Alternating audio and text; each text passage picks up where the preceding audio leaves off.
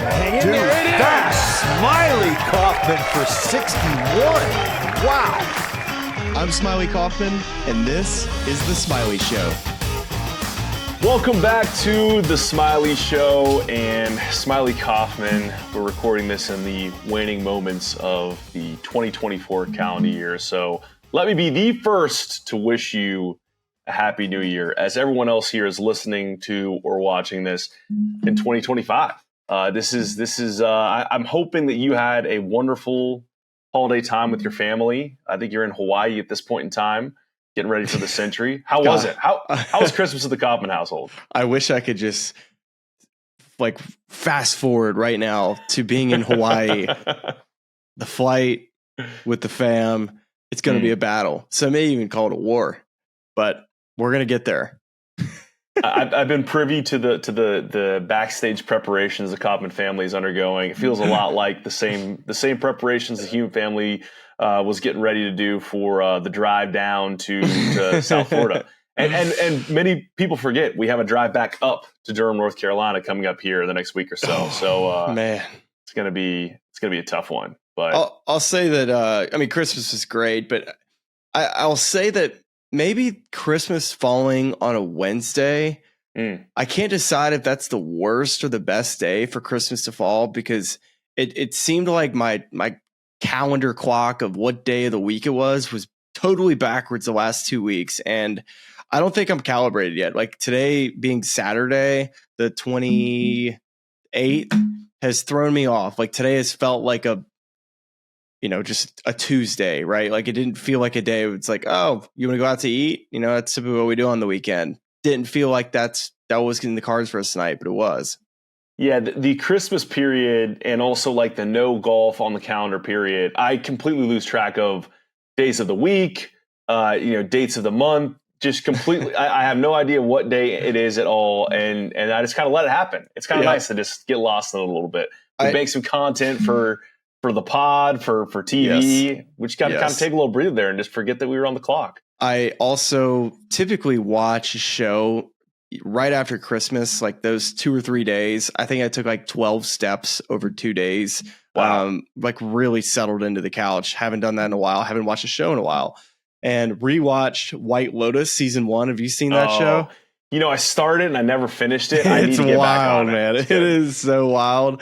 And it's based out of Hawaii. That's my memory was like, White Lotus, let's rewatch the show. It's based out of Hawaii. And the writing's like all over the place in this show. Completely insane. Like it's the type of show, if you happen to watch with your family for the first time, like around the living room, I feel terrible for you because there's a couple of really, really dicey scenes in there. Yes. But it's, I feel like I needed that reset to ready to get back to work. And I'm ready for this swing coming up. I'm ready for golf season to start. I'm ready for more people to really start caring about golf again. As am I. Is this part of this yearly Floridian getaway? This is our third year in a row now. It's a time of year where like everyone's putting their clubs up, but I got to break them back out and get out there and scratch the itch again and play on some nice kind of sunny back in shorts. So it is hits at the perfect time to get geared back. It's like you're playing golf on a different planet. Like when you go from where you are in North Carolina, or for me, Alabama, and everything's dormant. It's wet. Ugh, it's a nightmare to play in. Brutal. And then you get to Florida and it's like shorts like you're talking about. And it's pretty much always blowing 20 miles an hour every day in Florida. So you go out and play, you feel great. The outfit looks good. And then you're like, no, this was a bad idea. Well, then you go back home, put the clubs up again, and then you're back at it in 2 months trying to remember what you worked on when you were down there. But no, I'm fired up for golf. And I guess let's just dive into it, Smylie, because we had a big piece of breaking golf news coming out of the Christmas period, which is strange for the most part. And it is connected to the number one player in the world, Scottie Scheffler. And maybe, again, I mean, you know how infatuated I am with Scottie Scheffler as a golfer, as a dad, as a human being. So this may be just giving too much credit to Scottie. But to me, this is like, how is everything he does that makes news make everyone like him more? He's the everyman. He's not going to hire a chef. He's not going to let someone else make the Christmas dinner. He's in the kitchen. I'm going to do all the work. And then as a result of that, and this is part of a statement his agent Blake Smith released, on Christmas Day while preparing dinner, Scottie sustained a puncture wound to the palm of his right hand from a broken glass. Small glass fragments remain in the palm, which required surgery. He has been told that he should be back to 100% in 3 to 4 weeks. Unfortunately, he'll have to withdraw from the Century. His next scheduled tournament is the American Express. So, Smylie, would you care to do any amateur doctoring or prognostication around the severity of that palm injury? Well, I agree with you about the hiring the chef thing. He's an every man's guy, being a part of the Christmas dinner preparations. But explain this to me. So sure. I just kind of pictured it being some type of, big knife that was used to cut some type of meat, right? That's where my brain went. And then I see fractured glass and I'm wondering, okay, that doesn't add up, because you would have expected to see like sliced finger or something like that in the statement. But what we saw was like okay, so now my brain's going to, okay, how would I ever get glass in my hand? And so my brain went to like, that awkward, you don't have red Solo cups. And so now we're just going to use the cups that are in the counter, the glass cups, and a situation, you bumped into me type of deal. Next thing you know, hand is cut on a glass. I don't know. Am I way off here? I think, and I'm actually surprised that you're not warmer here given your stage in life, because to me, this one is, I'm showing up on the crime scene and I'm recreating this entire thing. And I think I know exactly what happened. This is classic. This is classic. I think what's happening here is he's holding Bennett. Meredith's taken out the nice glasses, the nice Christmas stuff that we're using, the little ceramic plates with a tree on it. For once a year, you pull out all that stuff and you get to use it. I think he's probably around the sink holding Bennett. He's trying to kind of do some double duty because he is a world-class athlete. And I think it's a situation where he drops a glass and it's going toward the sink or something, and he's trying to catch it. And in one sort of motion, it shatters. Glass gets in his hand. Oh, okay. There we are. That's my guess. Can I give you my second theory? Please. So he's got Bennett. Okay. And Bennett drops his pacifier in the trash can. Okay. He reaches down in there, and somebody had thrown their Michelob Ultra in there, and it was a bottle, and it was cut, 3/4 in half or whatever. Like, picture a broken bottle. That's what he went for, the passing. I like that one too. And he went so aggressively to try to grab it that he cut his palm on a beer bottle. We're not assigning blame to Bennett here. We're merely Bennett seems to be a part of all these scenarios, except my first scenario, which was red Solo cups weren't available for like a family drinking game, we should say, with 7-Up. Sure. Yeah, that's right. It's everyone knows you break out the good 7-Up around Christmas for family games. Yeah, about a Fresca, huh? Yeah, Fresca too. Yeah, we know the realities of how this thing goes, and I say this because I've almost done a very similar set of things while trying to manage multiple children. So get well soon, Scottie. I think that we thought dad back. We thought Bennett was going to be the cause of a decline for Scottie initially with the dad back. That did not happen. So maybe Bennett found a different way to slow his dad down and allow the rest of the PGA Tour into the picture to start the year. So Bennett, thank you for creating some parity on this tour. Well done, little guy. It's a bummer for us. We were excited to have Scottie at the Century, kind of just kickstarting what would be a fun 2025. Now he's not playing, it's not the end of the world, right? Mm-hmm. Tiger didn't play at Kapalua for a long time after he won a couple, however many years in a row at Kapalua. So not the end of the world, but I will say that I know exactly how the situation went down with Victor Hovland's injury. That one's easy. Okay, so that's perfect. That's a perfect tease, because This is the part of the episode where we're just going to outline what we're going to do here. And we did something similar last year, but this one is maybe a little more organized. This is our 2025 season preview, right? So each of these sections of the show, we have a different sort of thematic or topic structure. We're trying to kind of get everybody ready in the swing of things, as it starts to warm up, in Hawaii and various places. We're trying to kind of get you ready for the 2025 season to kick off. So Victor is our next topic, and we have something attached to Victor. But we're going to start with Scottie, and the first question we're asking here is, how many wins in 2025 will Scottie Scheffler have? And maybe already kind of behind the 8 ball, skipping the century, because that could have been one he could have won. In 2024, just a refresher, he won the Arnold Palmer Invitational, he won the Players, he won the Masters, he won RBC Heritage, the Memorial, Travelers. He, of course, won a gold medal at the Olympics. He won the Tour Championship, and he won the Hero World Challenge. So, Smylie, what number are you assigning to Scottie this year? I think the safest place to set an over under to me, I think 5 win seasons have been such a benchmark over, since the turn of the century. Is that right? Turn of the century, 2000 to. Yeah, that's okay. Yeah. Just making sure my math was we're a chronology pod. Who would have thought? Not me. Well, since 2000, right? We know that Tiger Woods has done it plenty of times, winning 5+ times. We've seen Scottie Scheffler do it last year, and I look at the seasons that there have been 5-win players, and you got Justin Thomas has done it, Jordan Spieth, Jason Day, Vijay Singh. All 4 of these guys have done it. And I even think about guys who've never done it. Phil Mickelson has never won 5 times in a season. Rory McIlroy has not done it, at least with just official PGA Tour wins. So 4.5 is a good place to start, just based off of history, right? If he's able to win more than 4.5, now we go to the category of, okay, Scottie could be different.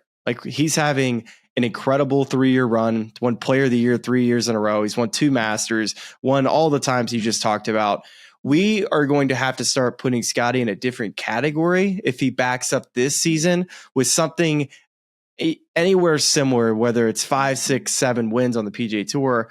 To me, that it's unprecedented. When we just talk about Phil Mickelson already in the Hall of Fame, won X amount of times. Rory McIlroy won so many times, and it's only been done by 4 other players outside of Tiger Woods. So that's where my brain goes, is 4.5 over under on it. I think he was probably going to win the century, so that would have been 1 potentially. But let's say now he's not playing. Now that we know, I think 4.5 it's going to be hard, right? The talent's there.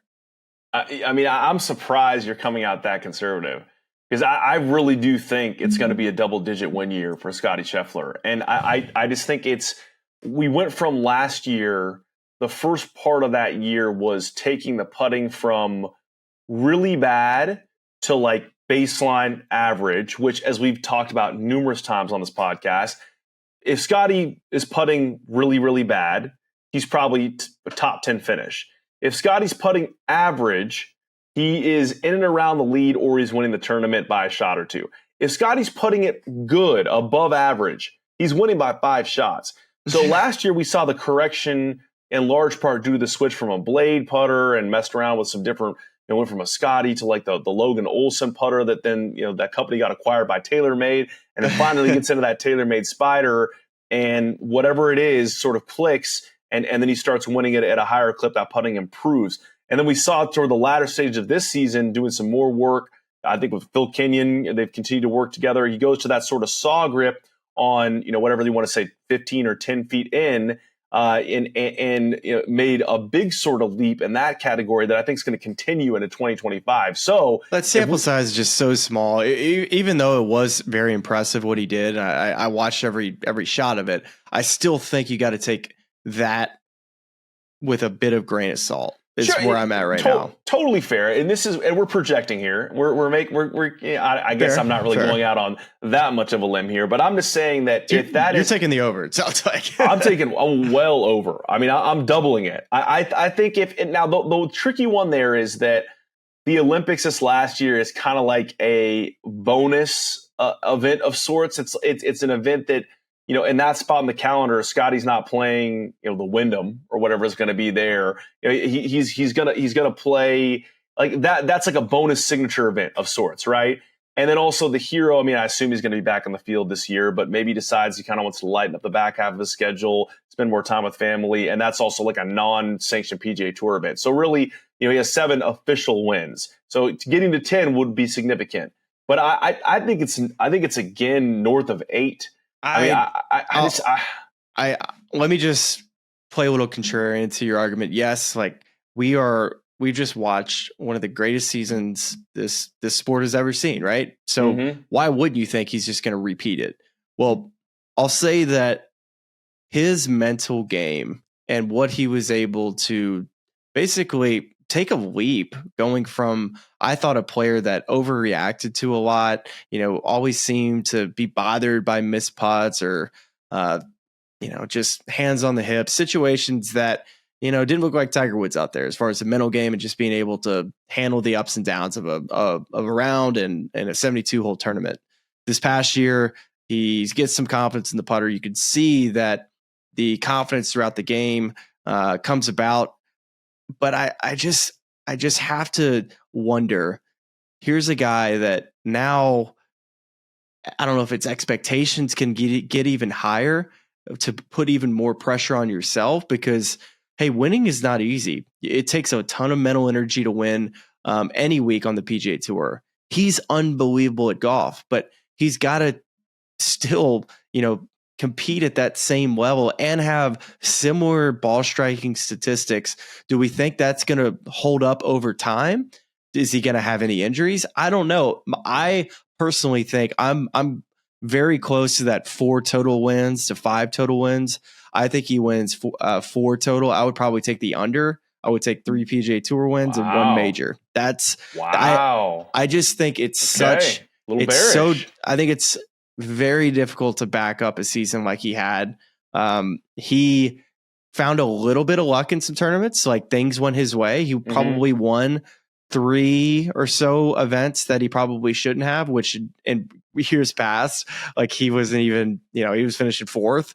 He was winning these golf tournaments. So you have to wonder if the luck bug is going to be on his side this year to win tournaments. You also have to throw in, the signature events, right? Like those are the ones that's where he was, making his cake on were those events. Those are smaller fields. So I will say that's what Tiger was, able to do, was always go and win those WGCs. So if it could be, if I'm wrong, which I feel like right now my guess feels wrong, where he's going to, make his hay again is going to be in those signature events. Well, the thing you just touched on there briefly that I think is the most likely explanation if he doesn't replicate last season is another category that he's been either the best in the game or close to the best in the game has some sort of slight decline. Like, I don't think the putting goes back to broken, but I think it's so hard to sustain singular greatness in a specific skill, or other players catch up to you, that I'm not saying his ball striking is going to get bad or his short game is going to get bad or his driving, strokes gain off the tee is going to get bad. I think his accuracy.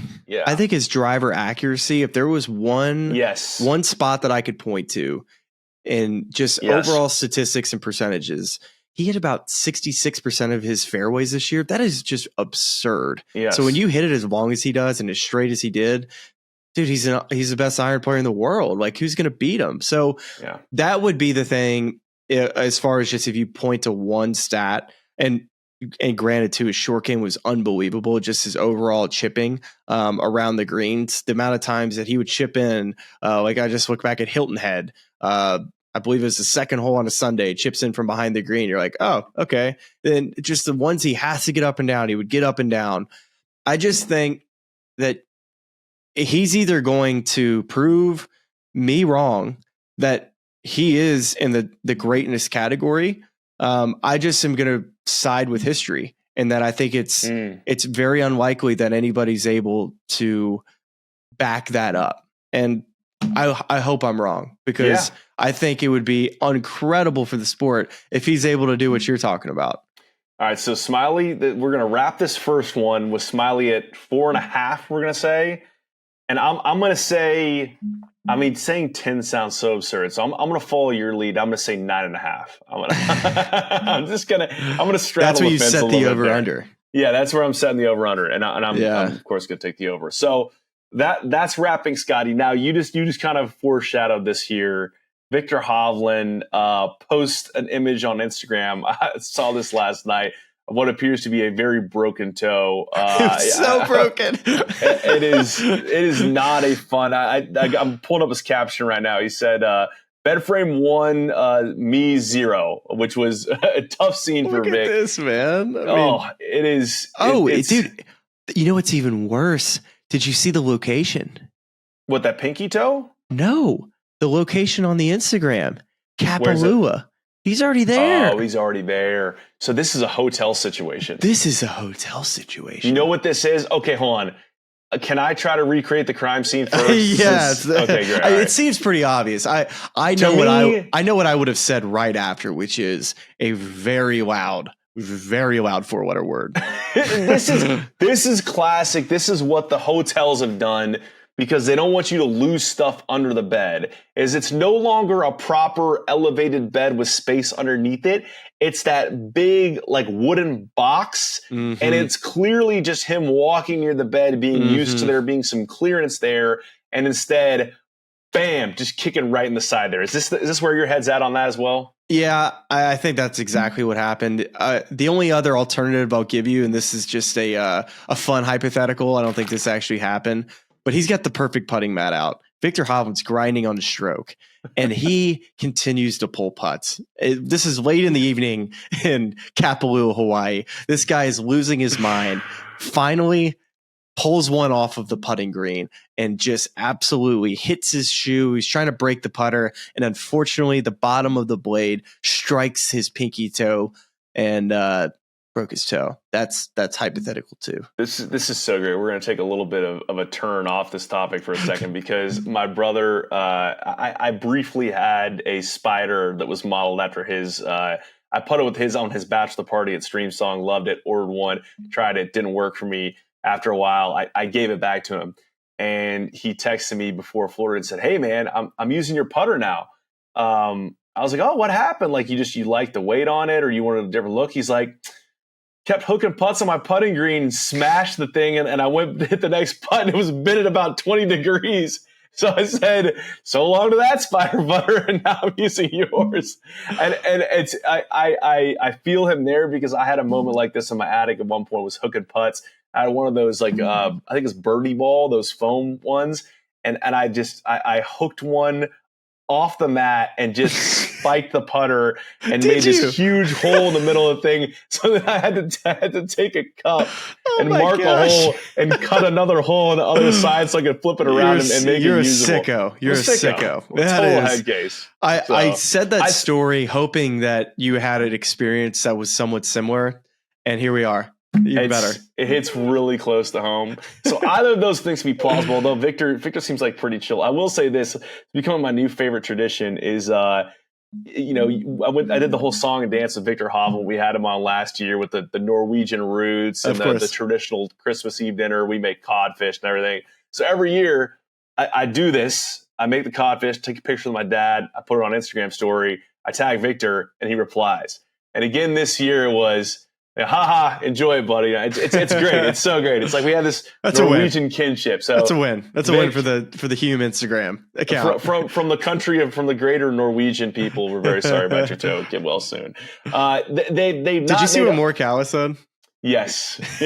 Like everybody, I forget the exact comment, but it's something to the effect of like, put me in bubble wrap before I get to Hawaii. Yes, exactly. We got guys cutting their hands, making Christmas dinner. We got guys breaking their toes. This is not a good start to the season for the top 10 in the world. Gosh.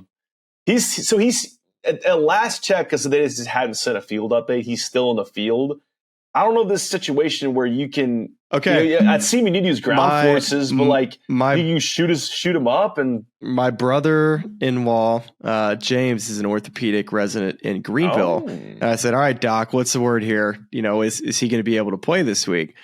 And he said he should be able to, just reduced reduce that and put him in a post-op shoe, and he can swing. Might hurt to follow through. He could just buddy tape it, and he can be a big dog and go out and play. And I was like, well, what about Kapalua being the hardest course on tour to walk? Does that help or hurt things? Yeah, and I assume it hurts. It has to hurt. Can't help. Well, I just think about the right pinky toe. Right. I actually think that wouldn't be the worst.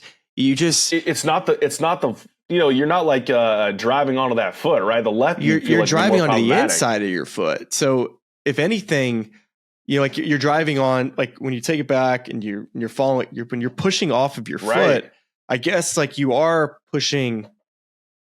Right. I don't know. We need to get like, is Sean Foley a big ground force guy, or is he the guy who doesn't believe in ground force? Everybody's ground forces are different. I mean, I would say that most PGA Tour players have similar ground forces, but some guys hang back on their right foot. Some guys like Scottie, shear their feet totally different. Victor, to me, he's a rotator. So I would actually think that for him, it wouldn't be as good, but for Scottie, he wouldn't even know because like he doesn't even touch his right side of his foot. You think they trade injuries right now? What's that? You think they trade injuries, Scottie and Vic? Trade you some glass for a broken toe sounds awful. So bad. It sounds awful. So bad. Yeah. I think I say see you guys at the Amex and just take the slice finger. Yeah. I think I'm probably the same because to your point, you got to walk. That's part of the thing we think about hitting the golf ball, but part of the sport is walking around. And if it's a proper break, which it very much looks like, you got to wonder how much time they want him to take off. So I guess we'll see how it goes. We'll see if we see him in the field. But this is the entry point into the next topic on our list, which is defining a comeback player of the year. And it's hard to put Vic in this category because he ended, I guess, 2023 as the 4th ranked player in the world. And he ended 2024 as the 8th ranked player in the world. Not some precipitous drop off, but that's coming off winning the Tour Championship last year and only notched 2 top 10s this past year on tour, though. Both those he was finished 3rd at the PGA Championship and tied for 2nd at the FedEx St. Jude. Was going through swing changes. He split up with Joe Mayo, then he got back with Joe Mayo. So we're going to keep him in that category for now, or at least use him to tee up a list of names that we could potentially be comeback players of the year. Also in that category, just straight looking at an OWGR list would be Max Homa, who went from 7th to 40th, Matt Fitzpatrick, who went from 8th to 42nd, Will Zalatoris, who went from 38th to 63rd, Jordan Spieth, who went from 15th to 68th, and Ricky Fowler, who went from 23rd to 74th. So who do you like as a guy to have a really big bounce back year in 25?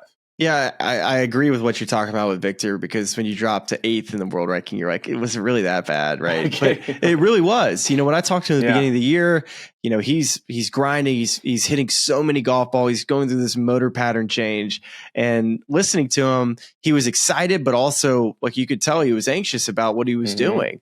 And eventually gets back with Joe Mayo, which we were definitely supporting on the pod because we how highly I spoke of his golf game and what I saw on the ground, and that year prior, just making that run at the FedEx Cup and what he was doing at the Ryder Cup with Ludwig Åberg, just absolutely dismantling Scottie Scheffler and Brooks Koepka, which I think we're going to look back at that result years from now and be like, how did that happen? Like how did he get beaten 9-7?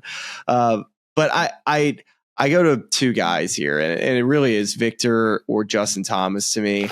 I think that I don't know if JT would be considered in that category as comeback player of the year, but the way I define this is if you're in a different tier than where we had you in the past year, the year before, like JT's been in a tier below where we expect him to be, and I think. Same with Victor Hovland. Like we talked about him, Scottie Scheffler, Rory McIlroy, and Jon Rahm. We did that 2 years ago, the entire year, just talking about those 4 dudes. And I think JT, like how many times this past year, Charlie, did we talk about JT's game? And it really wasn't a whole lot because there wasn't a whole lot to talk about. we didn't see him in that elite status, which I think when you go look at his history, man, he's a 17-time PGA Tour winner. That's where he should be looked at in this game. And so to me, I go back and forth between those two players. I think that Victor Hovland has worked his absolute tail off this season. I've heard from sources down in Florida how hard he's been working. And Justin went straight to the grinder right after not being picked for the President's Cup and really worked his tail off. And I loved what I saw from him at the Hero. That long driver seems to be a weapon. So in my head, I'm going back and forth there. I want to lean JT. I really think right now in the official world golf ranking, if we're going to use that just as a base, he's currently 20th, Charlie. And I think it wouldn't surprise me this year to see him, like if we're making the jump, like this comeback player of the year type of jump, he's got to jump inside of, I'd say, the top 6 or 7 in the world. Yeah, so it's interesting because this is such a nebulous category. You can define it in any number of ways. And I almost see what JT did last year as being like he was teetering on the brink of people writing him off, right? Like he finished the year 26th, and we're looking at he almost chipped into the Wyndham to make it into the top 70 to make the play. 2 years ago. 2 years ago. 2 years ago, right. Yeah. So what I'm saying is he misses out on the playoffs. He gets a pick for the Ryder Cup, of course, in Rome. Right. It actually doesn't play bad, as people were kind of really up in arms about that pick. But he misses the playoffs there. He's 26th in the world, so he's not in signature events unless he stays in the top 30. People were wondering if he's going to stay there. He had, I think, 2 major championship rounds in 2023 where he shot in the 80s, and people are ready to say, hey, this guy's cooked, right? And instead what he does, he comes back and he goes from 26th in the world. He finishes the year 20th.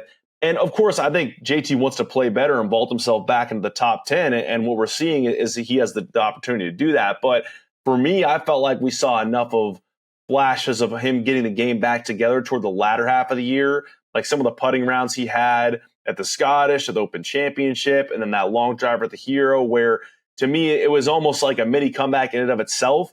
And now he's kind of primed to get back in that player of the year, that top 10 sort of chase. So I'm categorizing him a little bit different than maybe some of these guys that had a big drop this past year. Yeah, like I would have had him in this category. Yeah, but I see what you're saying. It's like you're talking about a guy that can now, he's got it on the right track and he could really launch himself. So I like it. It's fair. It's being talked about as an elite player, and I think Justin knows that. Right now in the game of golf, who's being talked about the most and who's played the best and who's won over the last couple of years. And he hasn't been one of those guys. You know, he's been a guy that's really had to rely on picks for President's Cup, Ryder Cup teams. And in years past, he's qualified on points easy, not even a worry. You put that in your schedule well in advance. So that's where I lean JT. But if I had to, the other guys are interesting to me because you said Max Homa, Brian Harmon.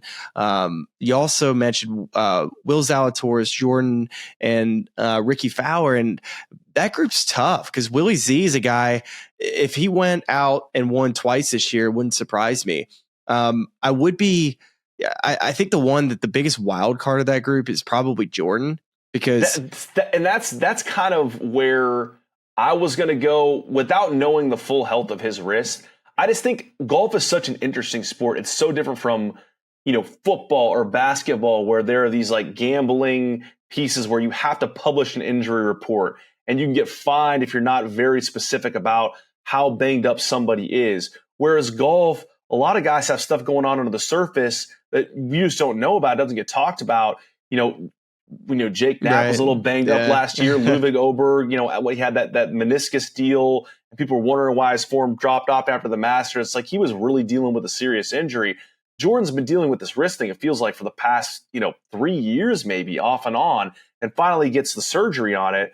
We'll see how productive that was. But for me, it's like if that's a guy who can come out and play pain-free golf and really feel healthy, we could see a guy that's back to where he really is as one of the elite players in the world. Yeah. So, and I would say that with Jordan, that's the one, like just saying a second ago, that seems like the wild card because I kept on trying to buy stock last year because I'm looking at his driver stats. I'm like, okay, this is good. Like if you've been a part of the Jordan Spieth experience as far as watching him play golf, it's just that a couple errant shots, you end up in a weird situation, and then you get the great audio from him and Greller. That's kind of like why it's fun. Last year, he was really aggressive with driver, and then the chipping was really a struggle around the green. It's like I would be willing to bet that his wedge game, his short game, were affected a bit by his wrists and how it would pop in and out. It wouldn't happen a ton on the course, but just in those little short shots and how much you hinge your wrists and unhinge your wrists, I think that had a bit of a mental effect on him, whether he wanted to admit it or not. So I agree with you that that's another step he could take. I don't know about Max. I'm really interested to see what kind of year he has. I'm a little worried about him leaving Mark Blackburn. I know he played pretty well at the President's Cup. I didn't get to see it with my own eyes, but he played decent at the Ned Bank. He's been making swing changes, going to see Boyd Summerhays now is what I've been told. So I don't know. I don't know if I'm ever buying stock when a guy goes to a new teacher and tries to redefine what they do. It's kind of a wait and see approach for me when it comes to that. So with Max, I'm kind of waiting and seeing. Ricky, I think the same thing. Like you just want to see, I think with Rick, when you just like to see with his game, just a little bit more consistency to where he's making, his worst week, you'd like to see, being a made cut and finishing around 30th. I think for him, it's his floor is a little too low right now for him. I think he's capable for sure of playing and winning on the PGA Tour, but the floor to me just seems to be raised to where, his worst week is a top 30, top 40 instead of a miscut or a finishing towards the bottom of a made cut. That's kind of where I see Ricky's game. And I know he struggled with the driver a bit last year and the puttering at times. So for him, his driver sets up his whole game. So I think if he starts driving the better, so he should raise that floor a little bit. All right, so Smylie has once again successfully hedged a double pick in the Comeback Player of the Year category. He's taking both Victor Hovland and Justin Thomas, which is just fantastic. I didn't take Victor. I took Victor. I took JT. All right. I took JT. Very, very honorable of you to discard the toe both your probably picks. was the reason. I'm going to go with Jordan. I'm hopeful the wrist is in a good spot.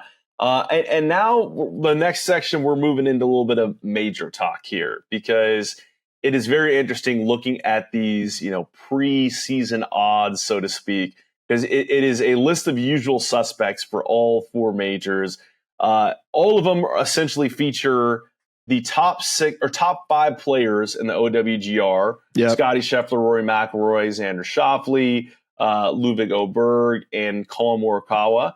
And then 3 of them feature John Rahm, and 1 features Bryson DeChambeau, 2 LIV players. I got to give a shout out to my guy Ludwig Oberg because he's on the Bay Golf Club. Do you see this super cool Yeti? Sick, bro. Look at this. That no big deal. I got shout out to Samantha Marks. By the way, you might have a little something coming your way, Smylie. A little something so you can do a little product placement for your boys down at Jupe Links. But yeah, so let's just start with that odds board for 2025 Masters. Scottie Scheffler is the favorite in all 4 of these majors, but the Masters he has tied for the shortest odds, along with the U.S. Open at plus 410. And then you have Rory McIlroy 9-1, John Rahm at 11-1, Xander Schauffele 12-1, Ludwig at 15-1, Colin Morikawa at 20-1. So, well, what's crazy about Scottie is that we kind of talked about throughout the year a little bit when Scottie started really getting going, and then you started to see his odds dip down to we're like, oh. Tiger got down to, was it 2-1 sometimes to win golf tournaments? Scottie got close to, 3-1 at times. And 3.5 and we see plus 360, at least on the site that I looked at for Scottie to win the Masters. And the closest anybody is as far as odds go to being, as far as just runner up, I guess you could say, as far as odds, Scottie's plus 400 at the PGA and Rory's plus 950. So 550 as far as a dispersion between those two. So, I mean, it's just the gap is so big right now. The odds makers have so much respect for Scottie and what he might do this major season. Yeah, I mean, I think, look, we've we really have hammered the Scottie is a horse for course trope on the show. And I think we're going to continue. I'm going to continue to do this for both comedic effect. But in this case, I think it is the one major that is played on the same course every single year. And Scottie Scheffler has now won his 2 majors at that venue. He clearly loves playing here. He's figured out some sort of formula of how to win at Augusta National. And I don't think that's going to stop anytime soon. I mean, I think it's, we saw a really strong showing in terms of, the 2 closest challengers being Ludwig and Colin Morikawa this last year. Yeah, that's right. Obviously you have another, contender in that top 6 of odds in Jon Rahm, who has won a green jacket, so he can clearly do it. Every year on Rory, it's like such a wild card. Like, is this the year where he's going to finally figure it out at Augusta National, or is it going to be another year of over or under compensating in terms of the way you're going to go about prepping it and then having a forgettable finish? But he's the next guy on the list. But for me, I'm not betting against. I might bet against Scottie in some of these other majors. I ain't doing it at Augusta National. and you shouldn't. I think it's. But here, I'll give you a history thing to play devil's advocate here when it comes to Scottie Scheffler not winning the Masters, and it's never been done. 3 years in a row. Well, I guess Scottie didn't win. This wouldn't be 3 years in a row. This would have been because Jon Rahm 23, Scottie 24. Okay, well, nobody's ever won 3 of 4 except for Jack Nicklaus. So that would be the history side of this. I don't know how I forgot about Jon Rahm not winning it back in 2023 because I thought he had more history to chase. But still, he's got an opportunity to go back to back 3 of 4. Jack's only done it. I have a hard time betting to say that Scottie wouldn't win there. But golly, it's I'm excited. But I think you did make a great point is talking about the Masters, and it's the same course every year, and we know what to expect. And I think the same goes for Quail Hollow, right? Like, it's the same course. We know what to expect. Yes, it's going to be probably a little longer, a little firmer. Rough's going to be a little bit more up. But when we go and look at this major calendar, the first 2 events are somewhat predictable with history, where, a lot of times, there's new venues or venues that hadn't been seen in, like Valhalla, for instance. We hadn't seen it since Rory was, had the crazy hair, and he's 2014, I think it was the year. So those first 2 events, I think it's going to be potentially easier for us to kind of have a sense of what that top of the leaderboard will be like. Augusta's easy, I would say, but I think the PGA Championship as well, it's probably going to be pretty easy to figure out who those players are going to be at the top. Yeah, I mean, that leads right into that board, where this is the longest set of odds that Scottie Scheffler has to win outright of any of the 4 majors in 2025. He's at plus 550. Rory McIlroy right there at plus 850, which, and Xander your side is 850. Okay. So mine was 950. And Xander 10-1, Rahm 12-1, Ludwig 15-1, and Morikawa 19-1 to round out that top 6 we're defining. I think that obviously odds makers are going to like Rory and Xander, given the way that the 2024, what was then the Wells Fargo, what will now be the Truist, finish with Rory, kind of those 2 guys coming down the stretch and Rory running away with it. Did Scottie play the Wells Fargo this year? He did. He did. Are you sure? Oh, no. I don't think he did. That was during the Bennett. That was during the Bennett layoff. I'm almost positive. We're going to do a little on the fly because no. Wait a second. Now I'm really for a twist because he you know what, he took off after RBC Heritage. That was his last event. That's right. And then he took a break until the next major, and then that was when he came back. This is it's all coming back to us. Thank you for sticking with us as we kind of repiece together the year 2024 on the fly here. Because the joke there about him getting arrested at Valhalla was like, guy has a kid and goes on the bachelor trip and gets arrested his first night out, and like a tale as old as time. So yes, okay. So now we're back caught up. Yeah. So Scottie was not there, not playing against those guys. Maybe it's a little bit different if he is. This is the major again that I feel the worst about for Scottie. I just don't. I don't. He can win anywhere, and Scottie's best is probably as good to beat anybody. But I feel the worst about this one than I do any of the other ones, and that's even with a crazy draw at the Open. I just go back to I guess it was the President's Cup, where he was paired with Sam Burns, and Sam had this terrible record, and he was the best player at the President's Cup that year. And guess who his partner was that week? It was Scottie Scheffler. So I don't know if there's anything to Scottie and Quail Hollow, if he likes it or not.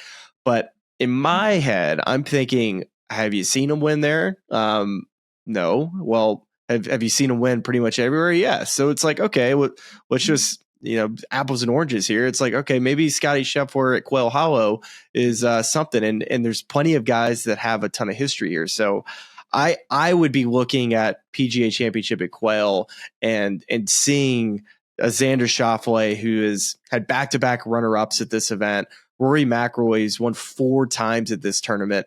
And then I think there's all like a wild card. You got a major champion of Justin Thomas, who's won at this golf course.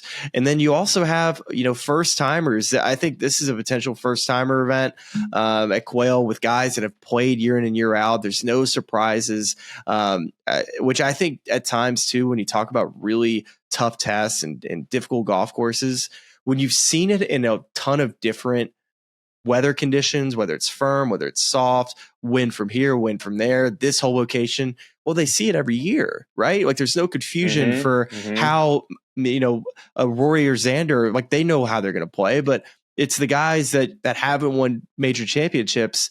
Well, they know how to play this golf course. It's just a matter of, are they going to be able to go do it in a major and execute?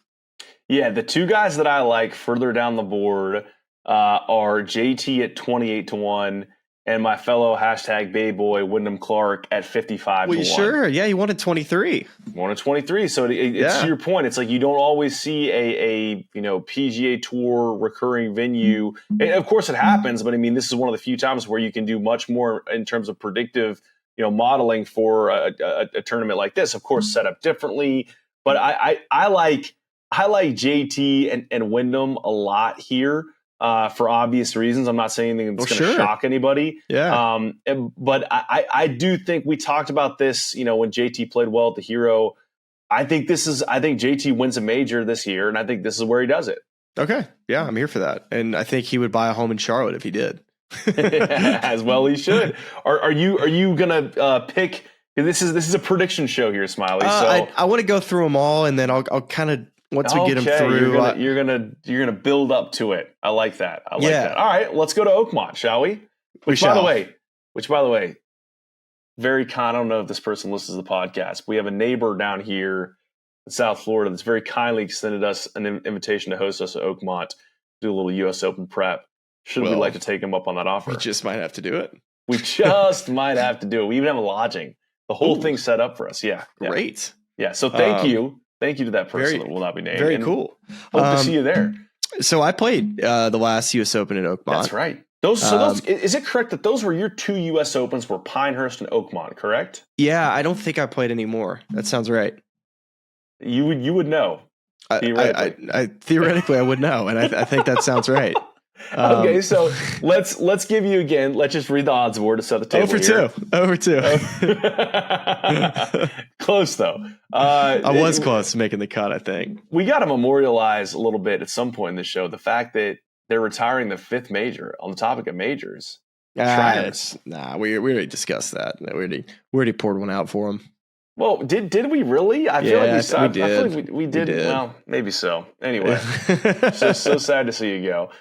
So the odds board for the 2025 U.S. Open at Oakmont: Scottie Scheffler plus 410, Rory McIlroy 10-1, Xander Schauffele 11-1, Jon Rahm 12-1, Bryson 12-1. This is the only board in which he appears in that top 6 list, coming off his 2023 win at Pinehurst number 2. 2024 win, I'm sorry, Pinehurst number 2, and Ludwig Oberg at 16-1. Those are your top 6 there. Oh, I didn't play good.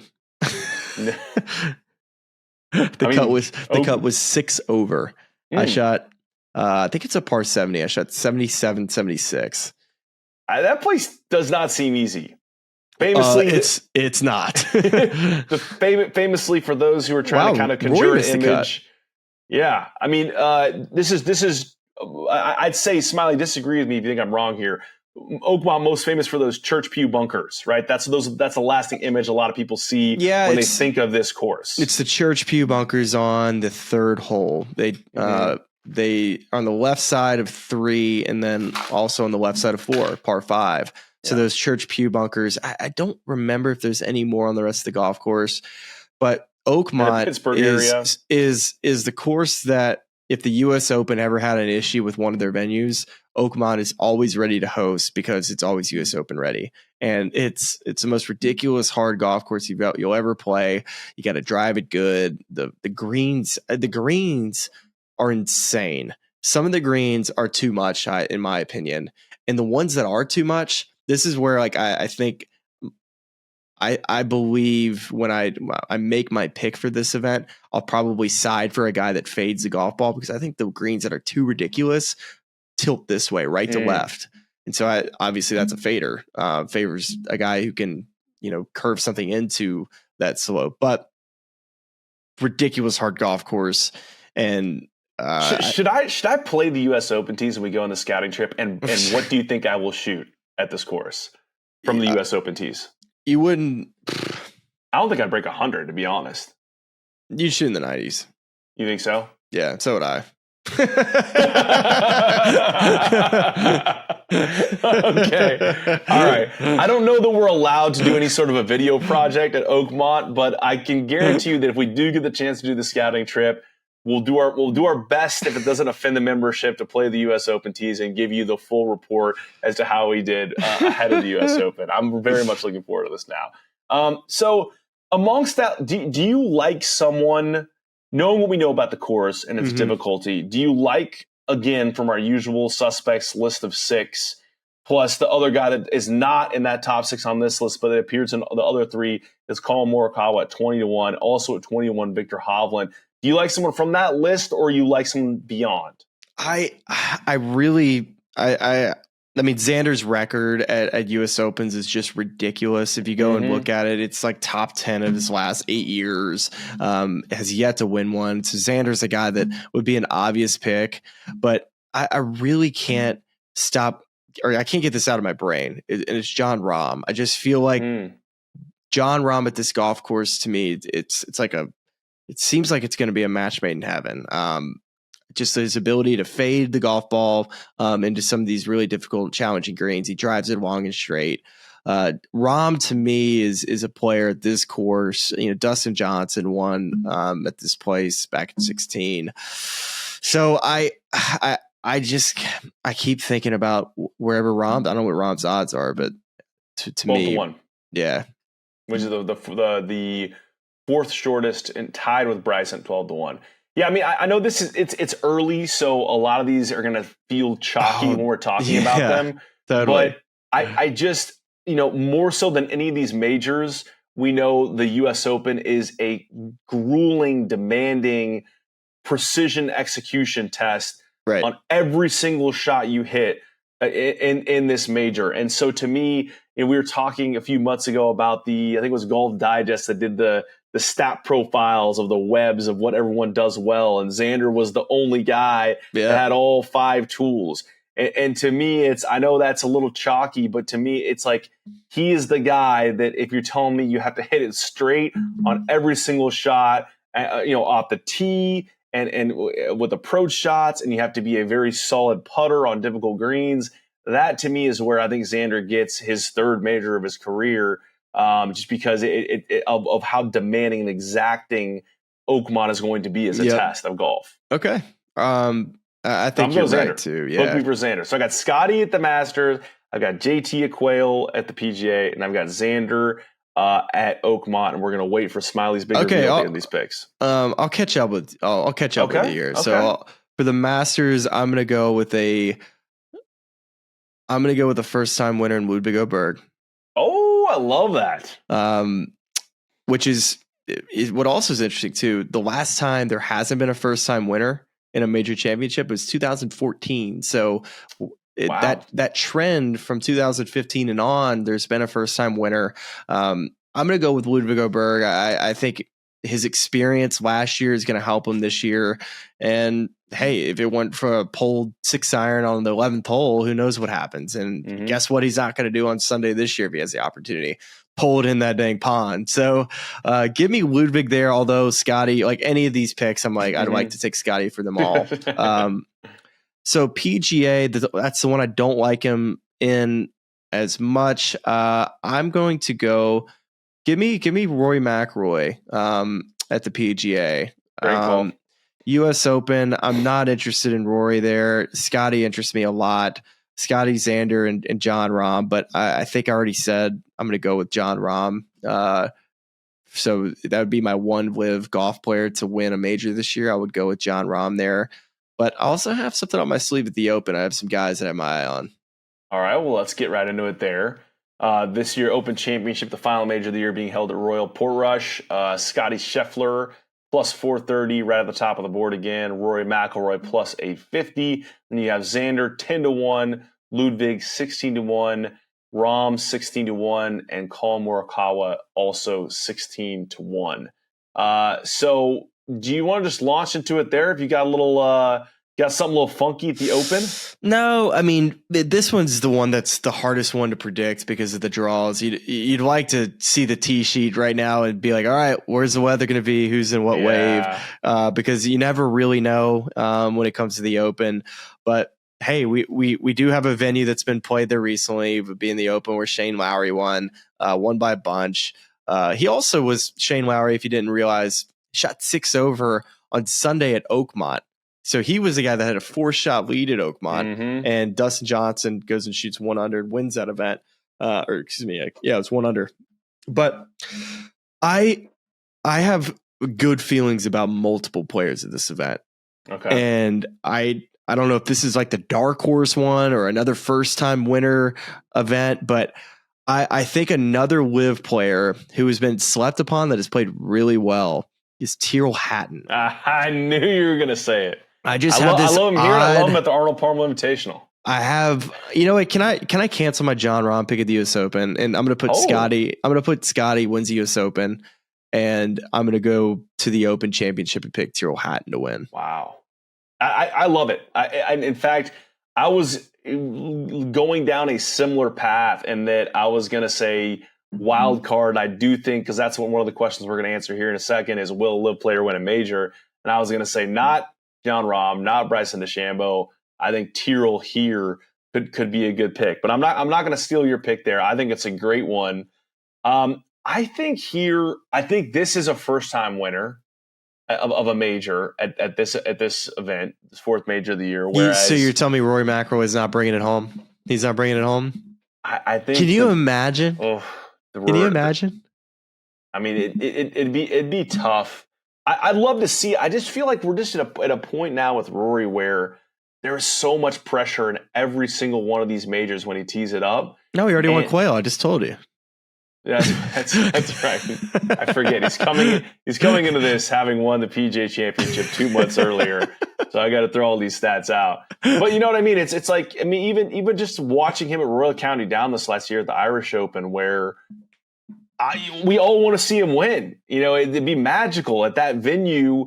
You know, even though it's a DP World Tour event, you know, that's in the fall. You know, it's a national open, and it's just hard to get that thing done with all those. You know, you could be the mentally toughest person on the planet if you have his talent and his major record, and in the back of your mind that drought and all these expectations on you. It's really, really hard to get it done. I'd love to see it happen. I'm not going to go in that direction. The 2 guys I'm looking at are similar kind of on the odds board. They're obviously not in that first cut, but they're not far off. Tommy Fleetwood, 22-1, and Victor Hovland, 26-1. Tommy was the other guy I was going to mention, man. Tommy, he played good he was in the final group with Shane Lowry on Sunday at Portrush. Like, I want to go Vic just because, you know, we love Vic on the show. It'd be a nice bounce back story. It'd be a first major. And I think I'm going to predict Vic. That's going to be my plug in there for the Open Championship.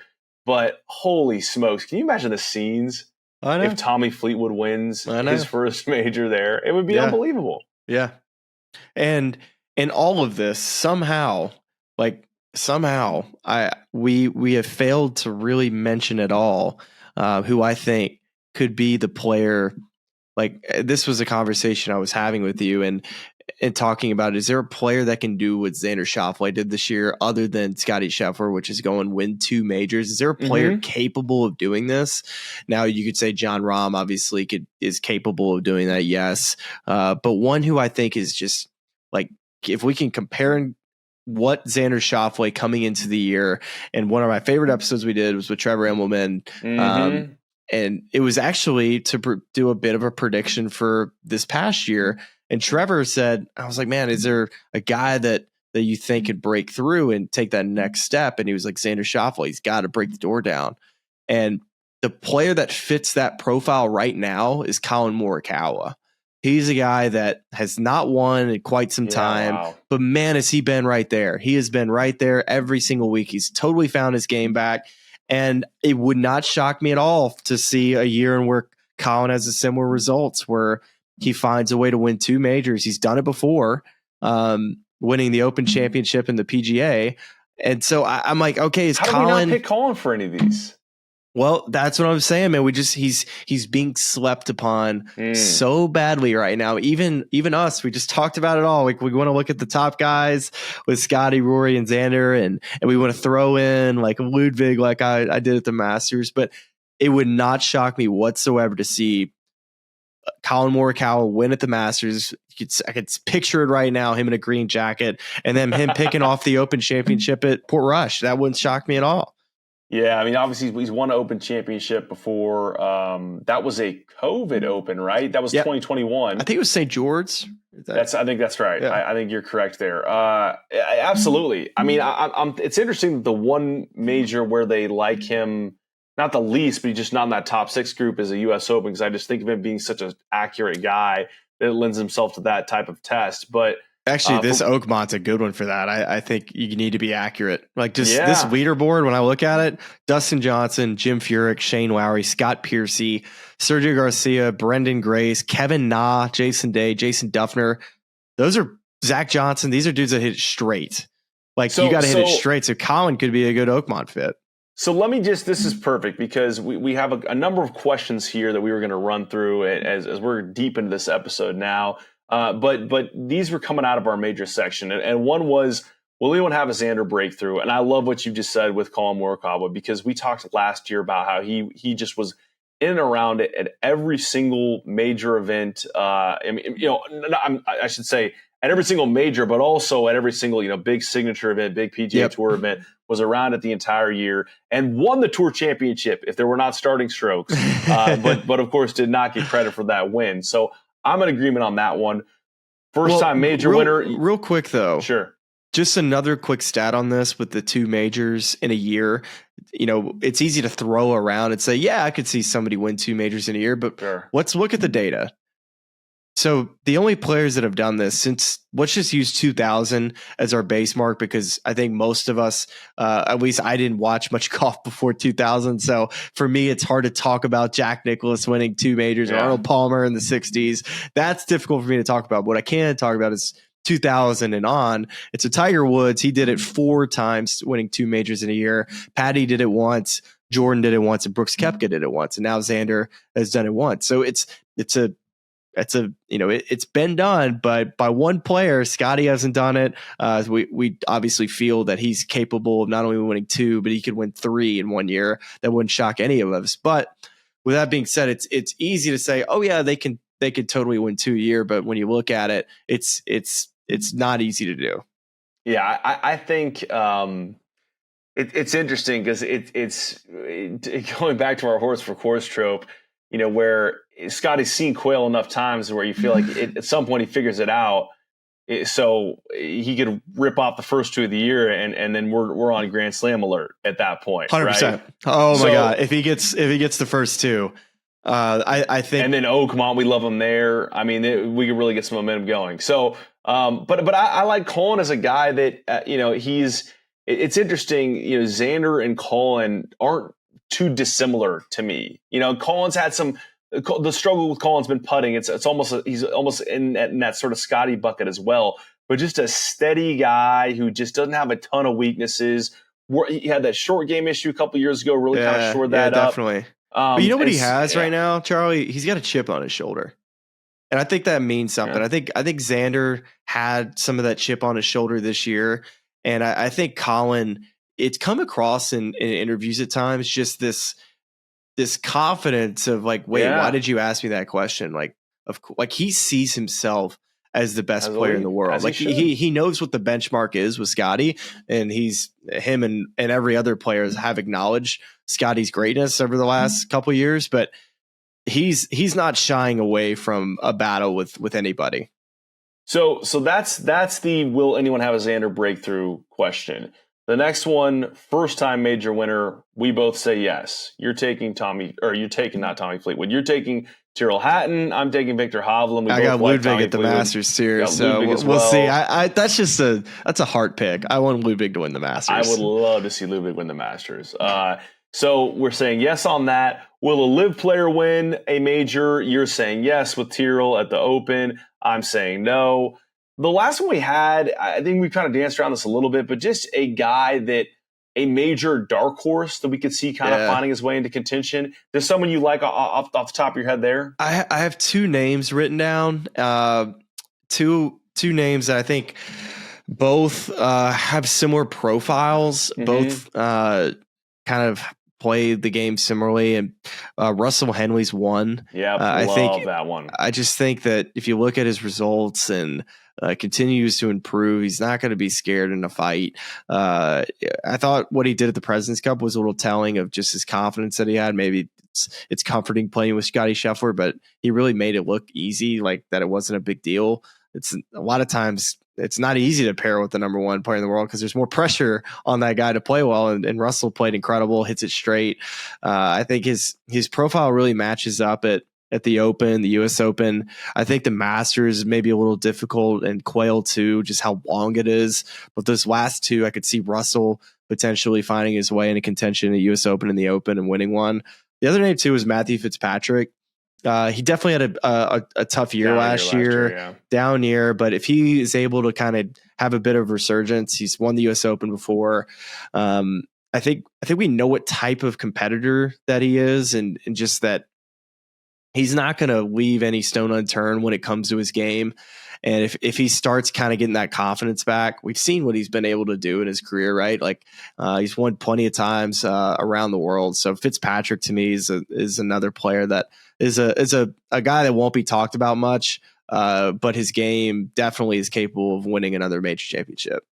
Yeah, I think in terms of trying to predict these types of things, I think it's much easier to paint a picture in your mind of someone who is steady and predictable, that's just able to raise their game to the next level for a week and keep it there, than it is to see, try to predict some guy getting super hot who can be up and down. Yeah, that's fair. I think in some ways, John Rahm, at least this last year, is a guy who obviously has all the talent in the world, but he gets it sideways one round and the whole thing kind of blows up. And so I'm not saying he's high variance for the most part, but it's in some of these settings when you're looking at guys, like how much of a affinity I have for young guys with a ton of talent, the Minwoo Lees of the world. It's harder to be like, Minwoo Lee's going to go out and do it this year because he could have a great week or he could miss a cut. So that's why I'm not trying to steal something you said already, but I just love what we saw from Russell Henley to close out the year.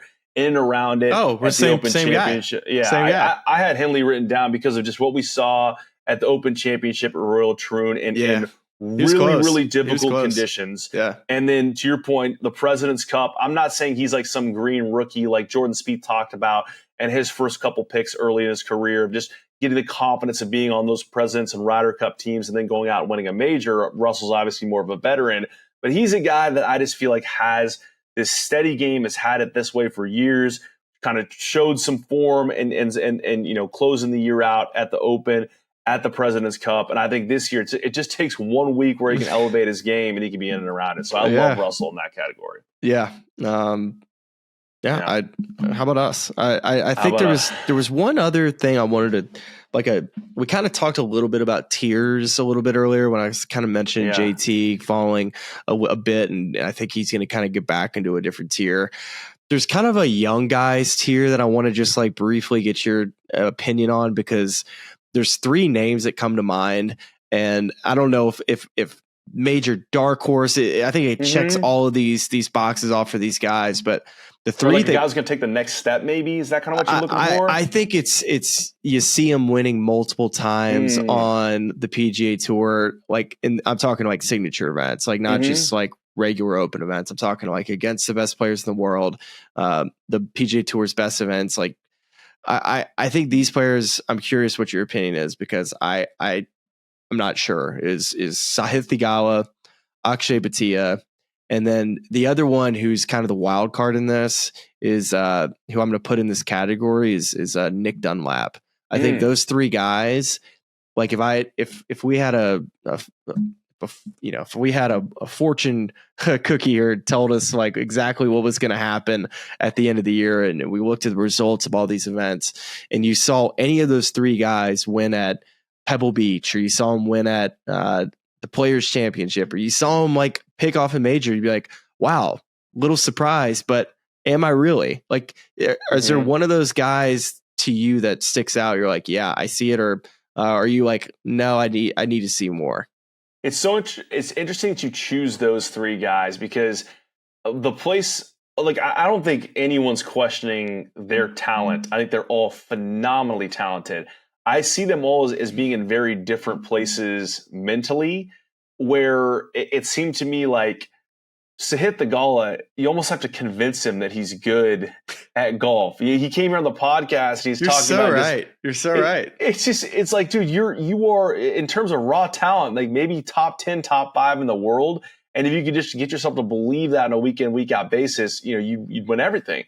Akshay, I think, is on the other end of that spectrum, where it takes stones to make the decision he did to skip college, to try to earn his card through the Korn Ferry Tour. He's too confident. It's almost like and I think some of that, like that, it's very healthy self-belief to get himself there. And I don't think, even when we had him on the show, it's like, I don't think it came off as unhealthy arrogance, but it's like he believes he should be there. And I think sometimes that can lend itself to a lot of really productive things. But I think there's also times where probably there are things that just you learn experientially from being around, majors, and things like, Gordon Sargent talking about, being around, Jason Day or Zach Johnson at Augusta, and just not even thinking about the types of shots they're hitting and learning that, and then going next week and, winning a college event by 8 shots. They're just things you have to learn by being around it, even if you're phenomenally talented. And then Nick strikes me as a guy that's just very even keel. I mean, and has a humility about himself of just winning the Amex and having to make all these decisions and doing it on short order, still being confident and having a self-belief he belongs there. Still winning twice. Winning twice, winning again in the opposite so field. So that category I was talking about is like, he has won twice. But the thing is with Nick that you just like painted that picture perfectly with Nick. But this thing that I'm worried about with him is that he still hasn't seen everything with the PGA Tour. He doesn't know all the courses perfectly yet. Everything's new. There's going to be still places he hasn't been to yet.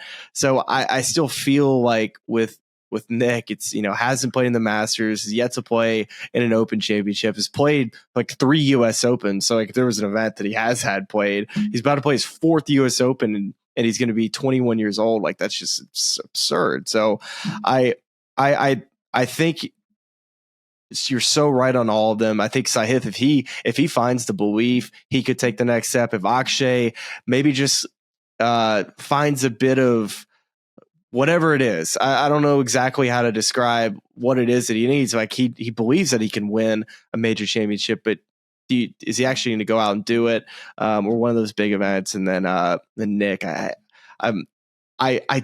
would not shock me at the end of the year is if he won something huge. Just would not surprise me whatsoever. Totally agreed. I think Sahith is the closest to a major win. I think so too.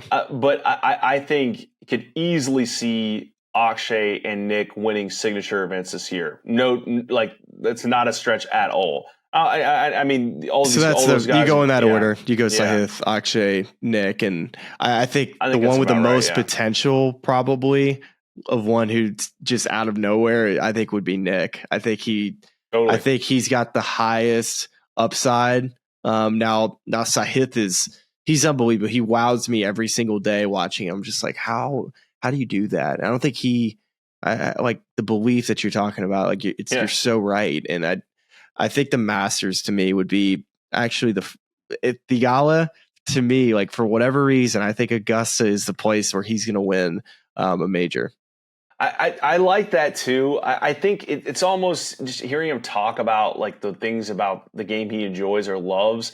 It all feels he enjoys the creativity around it. I mean, they were talking about a guy who would, when he was at Pepperdine, intentionally hit shanks on the range to like throw off opponents. This is a guy such good hands, man. He can do a lot of different things. Hands. So I almost feel like an Open Championship might be the one where he just kind of gets himself into contention, hitting creative shots. You know, because he, you know, and I'm not anyone who plays on tour or is in a major championship field has the full toolkit, but I think he's got the most diverse toolkit out of any of those guys. And you get in a situation where he calls for different shots. He already has that in his mind, you know. And I think this is a good major slate for him. I think these 3 of these 4 golf courses, I would say Theegala could win at. Yeah. Now I just say I've never been to Portrush. I just remember watching it on TV, but I agree with your point talking about the creativity that you need to play an Open with.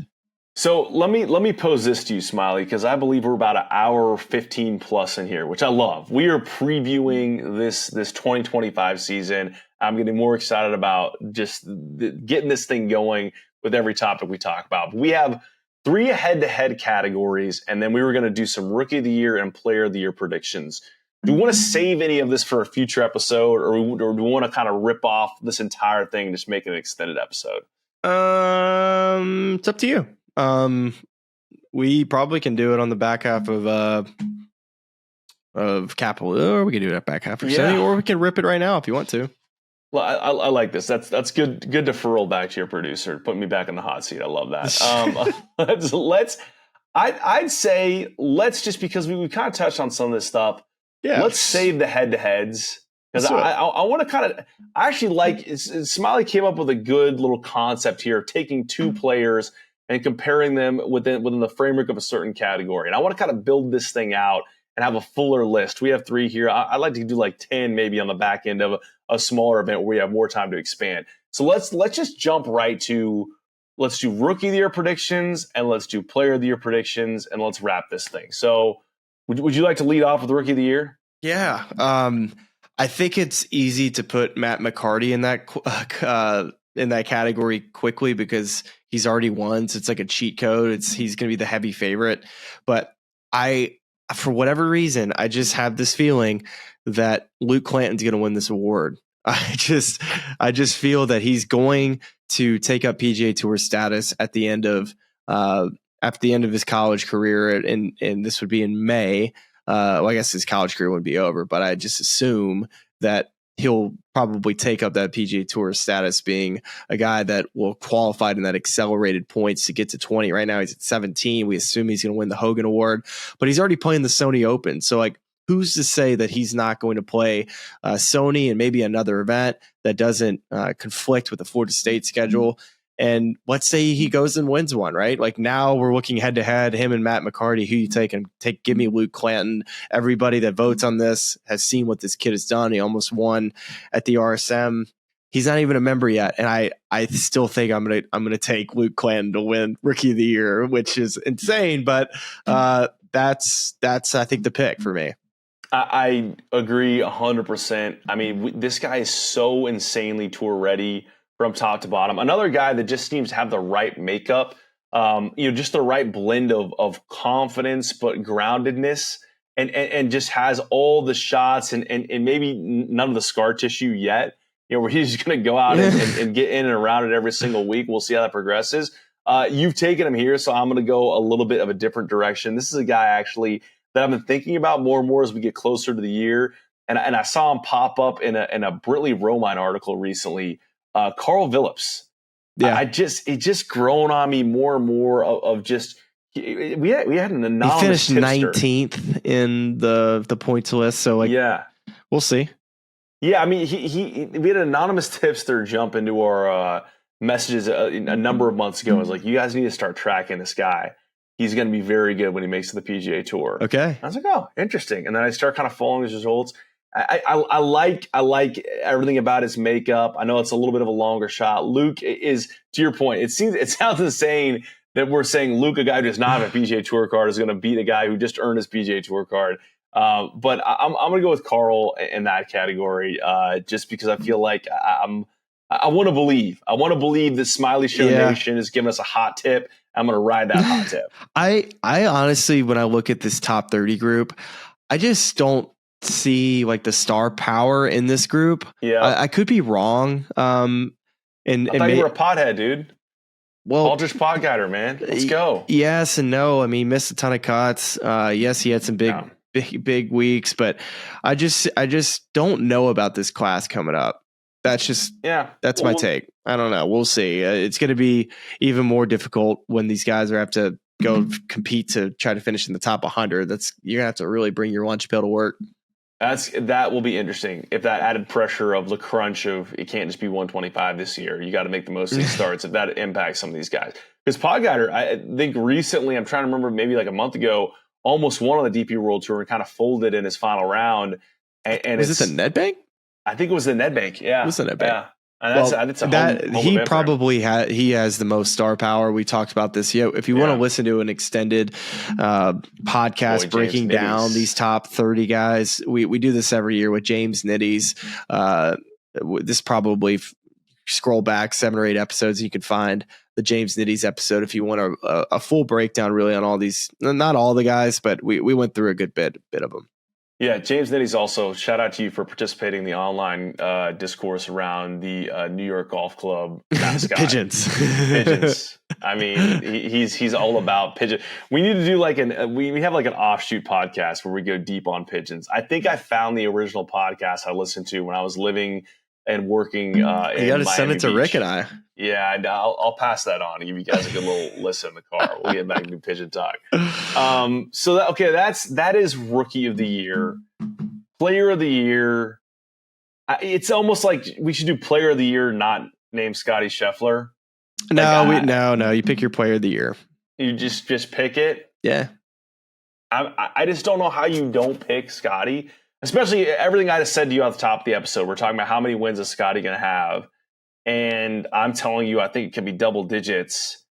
I'd then be saying, a guy who wins double digits is not going to win Player of the Year. And that's a patently absurd, almost more absurd than saying a guy that is going to win 10 times on tour in a season would be saying he's also not going to win Player of the Year. So I think I have to pick Scottie Scheffler as my Player of the Year. I'm taking him as well, but I think it's going to be really close because my prediction is that Scottie wins 3 times and he wins 1 major championship. And that means it's going to be close with somebody else that's probably going to be somewhere near that category, right? With winning a major and maybe winning a couple times. I could see a year in which Colin wins twice and wins a major, or Xander Schauffele also wins 5 times but doesn't win a major. That's kind of where I see this year netting out. Maybe not quite as gobbled up as far as points goes with Scottie and Xander eating up all the points in the FedEx Cup. I think a little bit more of a competitive year when you look at all the players that play in these signature events. I think you'll see maybe some different guys win some of these, whether it's Colin, Xander, like they all rotate in and win every other week. It says Scottie winning them all. That's where what I think will happen. Now, I would love for Scottie to go out and win them all because it's so fun to watch greatness. But I don't know why somehow I've kind of turned my prediction into where Scottie might have a little of a letdown year, but 3 wins at a major, I don't think is any sort of bad year by any means. It's an incredible year when you look at what history has shown you. But yeah, we'll see. I like the picture you're painting, which is that we're just going to kind of have a little more of a wheel spread out of the riches this year. I think so. You're redistributing wealth amongst the PGA Tour membership, which I like. I think that's actually, and maybe this is what we go out on, is like, do we think that that's the best for the current state of the professional game? I do. I think Rory's going to have a good year. I think JT's going to have a good year. So all these guys, I mean, there's certain guys who, yes, I'm not going to go out and list the guys who I don't think are going to have great years, but I think it's going to be very, those top dudes are going to be, winning a couple different times this year. I think it's going to be really fun to watch. Yeah, I think it's interesting because the debate really is like, do you want that? You want parity? You want to see a bunch of guys in the mix? Or do you want to watch a guy chase singular greatness and, get as close to Tiger's legacy as we could possibly see? And I guess we'll find out as the year goes on. That's where your prediction is. So that's, I want to see that. We both can't be on that. I, for whatever reason, am going to have to see the saw grip more. We saw how he's putted on Poana and the West Coast. Is that going to translate over? Could see him maybe starting the year out slow until he gets to Florida again. And then I'm sure he'll play really well at Bay Hill again and he kind of rev his way up to Augusta. Well, Smylie, there it is. Our 2025 season preview with all sorts of predictions that I'm sure Jackson will bookmark for us and let us know when we miss the mark by a wide margin. Godspeed to you as you head to Hawaii with Anna Carter. I'm hoping that plane ride is I'm not even going to wish for good. I'm just going to wish for just acceptable, like mid-level of stress for you. But enjoy. If we got a D+ performance, I would be so pumped. D+, I think, gets degrees. Yeah, I think I'm not sure. I forget exactly what the phrase is there, but so and you're going to be out there in Hawaii, obviously, for 2 weeks. Are we going to get the kayak at Sony again, or we might? We might. That's what we call a tease in the industry, ladies and gentlemen. We might. All right. Well, there we go. We got a little something to look forward to in the Hawaii swing, and then back on the West Coast, and hopefully seeing Scottie at the Amex, and we'll be off and running. I'm excited, man. I'm very excited to get this thing going. Me too. Hopefully all you guys are ready to get going, and make sure you do all the things to make sure you get all the notifications for these episodes. Subscribe, support the channel. We're excited to get rolling this year. Got a lot of fun things planned, and we're happy you guys can be along the ride for us. And keep on commenting. Let us know what you want us to talk about. It's always fun for us to check to see whose takes are good, who takes are bad, and some things that we need to make sure we discuss on. That we do. We excited for 2025. Happy New Year to everybody. Go Bay Golf Club. Thanks for watching and listening, and we will talk to you right back here very soon. I listen to this podcast. It's really cool. And all of our lovely fans and subscribers, but make sure you like and subscribe. It's cool to see what you guys are doing. I know golf fans appreciate it, but we do too, so please keep it up. For all the good people of YouTube, like and subscribe. You guys have some good takes, so I'm happy to come on and shoot the